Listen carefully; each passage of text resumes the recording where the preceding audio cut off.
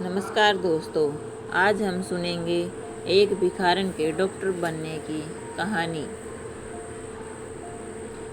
एक गांव में जगन नाम का एक भिखारी अपनी लड़की गौरी के साथ रहा करता था।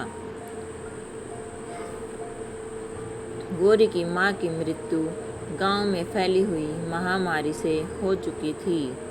जगन को आंखों से कम दिखता था, इस वजह से उसे कुछ भी काम नहीं मिल रहा था।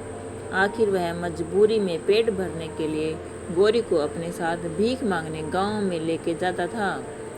गौरी को भीख मांगना पसंद नहीं था, उसको पढ़ाई करना पसंद था। जब भी गौरी अपने पिता के साथ गांव में भीख मांगने सरपंच के घर जाती थी, तब सरपंच के बेटे राजू को पढ़ाई करते हुए देखकर गौरी को बहुत बुरा लगता था। वह मन ही मन सोचती कि काश मैं भी अपनी पढ़ाई कर सकती। सरपंच की पत्नी रोज गौरी को देख के ताना मारा करती थी। उस दिन सरपंच की पत्नी राजू को बोली कि दरवाजे पर जो भिखारी आया होगा उसे बासी खाना दे और जाने को बोल। सरपंच की पत्नी बोली कि गांव में एक भी हॉस्पिटल नहीं है और इन भिखारी लोगों की महामारी जैसी बीमारी मेरे बच्चे को लग गई तो मैं क्या करूंगी। इन सब बातों को सुनकर वह बहुत दुखी हो गए और घर चले गए। अगले दिन गौरी बोली, बाबा, गांव के सब लोग हमारे पास से दूर क्यों चले जाते हैं? हम इतने बुरे हैं क्या? उसके पिता उसे बोले, अरे नहीं बेटा, बुरेपन के विचार हमारे गरीबी में और लोगों के विचारों में हैं। फिर गौरी बोली कि बाबा, एक दिन मैं डॉक्टर बनूंगी और आपकी आंखों का इलाज करूंगी। गांव में एक हॉस्पिटल बनाऊंगी। उसके पिता बोले कि गौरी, हमको 2 वक्त की रोटी भी मुश्किल से मिलती है और यह सपना तो श्रीमंत लोगों ने देखना चाहिए। उसके पिता उसे कहने लगे कि बेटा, मैंने तुम्हारे लिए कुछ भी नहीं किया और ना ही कुछ कर सकता हूँ। उसी वक्त एक औरत ने गौरी को बाहर आवाज़ लगाई और कहने लगी कि गौरी, आज मेरा शौचालय तुम साफ कर दोगी तो मैं तुम्हें 5 रुपये भीख में दूंगी। ना चाहते हुए भी गौरी ने उस औरत की बात मानकर शौचालय साफ कर दिया। जाहिर सी बात है, इस काम को करते हुए गौरी को बहुत बुरा लग रहा था। उसे बेइज्जती सी फील हो रही थी। गौरी ने निश्चय किया कि वो अब किसी भी तरह डॉक्टर बन के दिखाएगी। फिर एक दिन गौरी उसके पिता को लेकर मंदिर गई और मंदिर के पास एक रहीम चाचा रहते थे। गौरी उसके पिता को रहीम चाचा के पास छोड़कर आई। कुछ दिन खुद खिलौने बेचकर पैसे कमाने लगी। एक दिन गौरी गांव की शिक्षिका रेणु दीदी को मिली और गांव की सरकारी स्कूल में पढ़ने के लिए जाने लगी। रोज गौरी स्कूल में से आकर खिलौने बेचकर पैसे कमाती और अपने पिता को भी संभालती।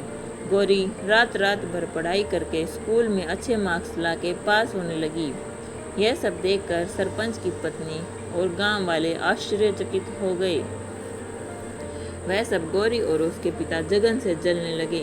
सरपंच की पत्नी सोचती है कि यह भिखारी की लड़की कैसे पढ़ाई करके डॉक्टर बनती है, मैं भी देखती हूँ। गौरी हर साल अच्छे मार्क्स लाकर पास होने लगी और रेणु दीदी उसे पढ़ाई में मदद करने लगी।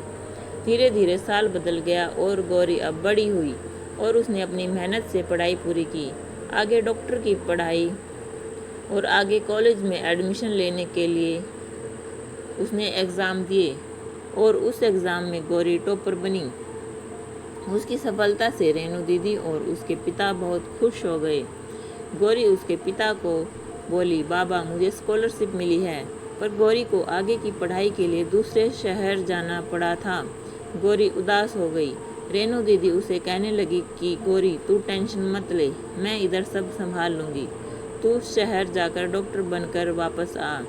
रेणु दीदी ने बाप की जिम्मेदारी ले ली, इसलिए वो निश्चित होकर पढ़ाई करने के लिए चली गई। बहुत समय बीत गया पर गौरी की कुछ खबर नहीं आई। कुछ साल बाद गांव में फिर से महामारी की समस्या आई। कई गांव वालों के साथ गौरी के पिता और सरपंच का लड़का राजू भी महामारी की चपेट में आ गए और शहर जाकर हॉस्पिटल में भर्ती हुए। पर कई दिनों से वहां डॉक्टर ही नहीं आए थे। सब उदास होकर भगवान से प्रार्थना करने लगे।